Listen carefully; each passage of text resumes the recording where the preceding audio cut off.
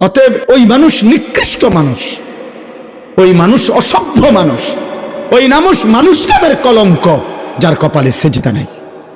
তুমি মুসলিম নামের কলঙ্ক, তুমি আল্লাহকে অপমান করলা, তুমি নবীকে অপমান করলা, তুমি মাকে অপমান করলা, তুমি বাবাকে অপমান করলা। যে নামাজ পড়ে না, যে সেজদা দেয় না, ওই বদনসিব। এজন্য কপাল মন্দ কার? সেজদা নাই যার। বলেন কপাল মন্দ কার? হ্যাঁ হ্যাঁ হ্যাঁ, কসম আল্লাহ।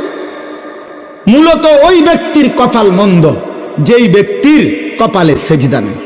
নাই তো ব্যবসায় লস খাওয়া, টাকা মাইর খাওয়া, পয়সা হারাইয়া যাওয়া, আপনার 2-4 লাখ টাকা ধরা খাইয়া যাওয়া, এটা কপালের দোষ না। আপনি কইলেন আমার কপাল খারাপ, কি হইছে? আমি একের জায়গা 2 লাখ টাকা মাইর খাইছে। আপনি ব্যাক কল দেখে মাইর খাইছেন, আপনি কপালে কিচ্ছু হইছে না। আপনার বুদ্ধি কমের কারণে, আপনি সিটারের খপ্পরে পড়ছেন, আপনি বাটফারের লগে ব্যবসা করছেন, ইত্যাদি ইত্যাদি হইতে পারে। তাহলে এইটার কারণ প্রত্যেক মানুষের দুনিয়াবি আর্থিক কোন লসের কারণ কপাল খারাপ এই জন্য না, তোর বুদ্ধি কম, অথবা লোক মন্দ পড়ে বইছে, মাল 2 নম্বর পড়ে গেছে, এটা তো হলো এটার সমস্যা। কপালের কি সমস্যা? কপাল খারাপ তার, সেজদা নাই যার।